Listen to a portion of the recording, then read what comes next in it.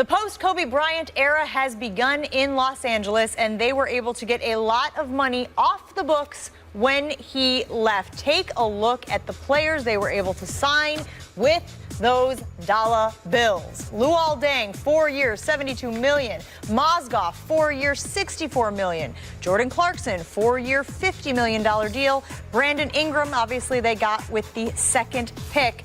The Lakers, of course, as you guys know very well, had the worst record in the Western Conference at 17-65 last season. Really? You may have heard about that. Yeah. What is I forgot they won any at all. That's depressing. What is the state of the Lakers now? Well, Jen, first let me explain to the audience that I work for the Lakers, and it makes me a shameless Lakers apologist. But they pay you to apologize. Exactly. I'll tell you what the plan is, and then Mason will tell you why he hates it. The plan is to see if any of these four guys that they've drafted over the last 3 seasons hit. That's Julius Randle, Jordan Clarkson, D'Angelo Russell, or most recently Brandon Ingram. There's been a lot of calls to trade those guys for a star. A lot of people, I've put this out on the table, I say go get Westbrook. Westbrook's my favorite player in the NBA. They're not going to do it. They're sticking with those kids. They're trying to follow the model that Golden State did with Curry and Clay and Draymond, or that Oklahoma City did a few years ago with Harden and Westbrook and Durant. They're going to see if they've drafted efficiently, if any of these kids hit. And they've got 3 top 7 picks, Randall, Russell, and most recently Ingram. So they're going to commit to the kids, see if it works, and if they get Harden, Westbrook, and Durant, they'll be off and running. A lot of people don't want to wait for that. Laker fans are used to winning, but they're in a rebuild, and that's what they're trying to do. And, Steve, that is their plan. Okay. 65 and 181. I actually did the math on that one. That is the Lakers record. Don't take it to the bank, over folks. the past 3 years. 65 and 81. Dr. Jerry Buss. No, you can't add. Don't do math. 65 and 181. Yeah, don't do math. Yeah. Dr. Jerry Buss, honestly, they've prevailed over a 17-win season. Dr. Jerry Buss has to be turning over in his grave. He did give Jim Buss the keys to the car. Mitch Kupchak has been empowered to be the general manager, and look what we've got. 3 worst seasons in Lakers history. And I've been saying, Jim Buss gave himself a self-imposed timeline, right? By the end of this season, right, he will step down if the Lakers aren't championship caliber. And let me tell you, they are not close. They're not close. Was the hair flip for effect there? Yeah, I was off camera. How do you assume he is defining championship caliber? Competing for the Western Conference title. And they got no chance. But, no shot at all. To Steve's point. That means pull the plug. To your point, when Westbrook and Durant were rookies, Westbrook was a rookie, Durant was in his second year, they started a season 3-28. This comes with the territory. If you're going to commit to these kids, you have to let them lose. Now, the problem is, how much do you let them lose? And that's back to what you're talking about. I think it was genius that they took a gigantic bag of money and they went to Timofey Mozgov's doorstep on the very first night of free agency and said, please take our money, because nobody else will. You know, you go back 2 years, they were getting full-fledged meetings with guys like Carmelo Anthony.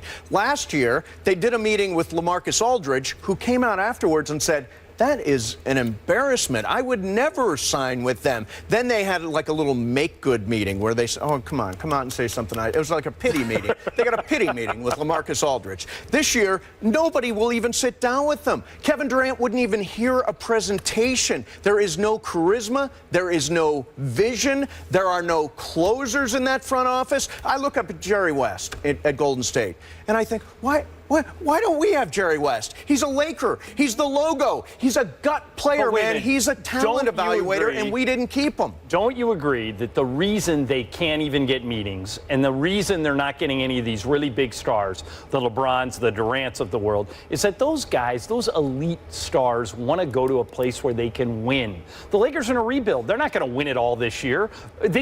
Is that not the number one thing that those guys care about? Going to a winning team? Correct. Of course, but also going to, and I'm going to come back to it, a winning organization. There is nothing but disorganization in the Lakers front office. You know, honestly, at some point, this has to land at the doorstep of Jeannie Buss. She is in charge. She can pull the plug on her brother and Mitch Kupchak at any time and bring in a great basketball guy. She has chosen not to do that. So not just Jim Buss and Mitch Kupchak have reigned over this terrible stretch, 17 wins last year. Jeannie Buss is responsible as well. Well, to a degree. She's in charge of all the business operations, and her dad set it up that Jim would be in charge of all the basketball. She could. Yeah, to the extent that she could fire him. But let's see if they live up to Jim's promise, which was if they weren't. You know they're not. No, it's at the end of this year. You even said it. You think they're going to go to the Western Conference semifinals? No. I'm saying that if they don't, will Jim step down? Right, he's got to. Right. He's got to. So there you go. He said he will. Yeah, and I think this will go down as a very dark period in Lakers history. The brand, the franchise used to really mean something. It's not what it used to be, and it's because of Jim Buss. It's because of Mitch Kupchak. It's because of sort of this visionless way they've gone about running the team for the last few years. I've been saying it for 2 years. Right. They've got to make a change, and they haven't. If these kids hit, if Ingram, Russell, and Randall hit, don't you have to take all that back? Because why? No. They just did exactly what Oklahoma City because there was a way to do this without falling into the dumps. There was a way to do this by collecting assets other than Timofey Mozgov and Luol Deng, who are both on the wrong side of 30. They've overpaid drastically for those guys, even in this market. Well, as you said earlier, Festus Ezeli went for a very reason. Give me Festus Ezeli on a 2-year deal instead of Timofey Mozgov on a gigantic 4-year deal. Well, the only reason I can think they didn't go in on Ezeli is they have Luke Walton, who was around him for the last 2 years. So maybe Luke knew something that we don't. Oh, Luke has what, the secret book on Timofey Mozgov? I think we all know who Timofey Mozgov is. But he would know whether or not to sign Festus Ezeli, right? Don't you have to listen to Luke a little? Don't you have to worry also about cap space? Not as much as you used to. Wait a minute. Right now, because of what the Lakers did, they've got room for one max player next year, or one super max player last year. They could have done this in a way that allowed them to have room for 2 supermax players this year. They're not even operating right under the cap. I understand look, I like Brandon Ingram a lot. I like D'Angelo Russell a lot. Larry Nance Jr. is a scrappy little guy. Julius Randle can certainly play some. I mean, I think he's a 10-and-10 guy at the very least. Right. But that doesn't mean you had to throw a bunch of money at guys that you're going to be stuck with for a few years. Right, but those guys are irrelevant, Jen. I think that you've got to pay somebody. There's a salary floor in the NBA that you have to hit. You got to pay somebody. They could have hit it with shorter deals. Well, and the Lakers sink or swim on these 3 young guys. If these 3, or if you add Clarkson, that's 4. Mm-hmm. If one of these guys or 2 of these guys hit, the Lakers are off and running. If they don't, it's a disaster. All right, so since you've been brought into the vault, you've been in these meetings. Yes, the inner sanctum. He's actually making some of the decisions. Yeah. Which might explain they listen very closely to the radio guy over there. What is the perception from those young players on what went down this past season? Because there was a lot of criticism about the way that Kobe Bryant, while now in the rear view, was treated and handled, and how that may have affected the progress of some of these young players who you say is the plan going forward. Right. The reason Byron Scott was hired was to usher Kobe Bryant out of his career. I would say basically get him out of the Kobe I think he was era. a sitter. He was a babysitter. And if he would have won, they would have kept him, but he couldn't figure out a way to win. He's an old school. Like hourly wage. Great hourly wage. Seriously, it used to be like $10 was the biggest star in LA for the past 10 years. They weren't going to trade him. So you look, whether you. There's guy. I think now Kobe, now Duncan. We may be at the end of the guy who plays for one team his whole career. Yeah, but Byron Scott and Kobe Bryant could have handled this differently and better, because they would go to practice and those young guys would practice one particular thing. Kobe didn't practice a lot this year. Then they would go out to a game and Kobe would play and they'd be like, "This is a totally different thing than we practiced." It stunted their development. If Kobe and Byron were more focused on the future, and Kobe certainly could have been, this team would be further along. D'Angelo Russell, Julius Randle, Larry Nance would have developed more had there been a coach other than Byron Scott. Which is why they have Luke Walton there now. And I think what they're going to do without Kobe is hold everybody accountable. To Steve's point, last couple of years, everybody was held accountable except Kobe. Byron was just never going to take him out of a game, even if he missed every shot he took, was never going to yell at him for not playing defense. Now everybody is accountable, and hopefully one of these guys pops. Because as I keep saying, if one of them pops, then if they get their Damian Lillard, they can build around him. But if they don't, then they drafted poorly, and it's going to be bad. It is a heck of a gamble to attach yourself to so many young players. What type of pro do you see Ingram being? Well, we've only seen him play 2 games. He looks like he's the real deal, but it's too early to tell. And he's 19, Jen. I mean, like he keeps all the more reason to question the decision to attach yourself to someone so well, young. you can trade him. Most Laker fans don't want to do it.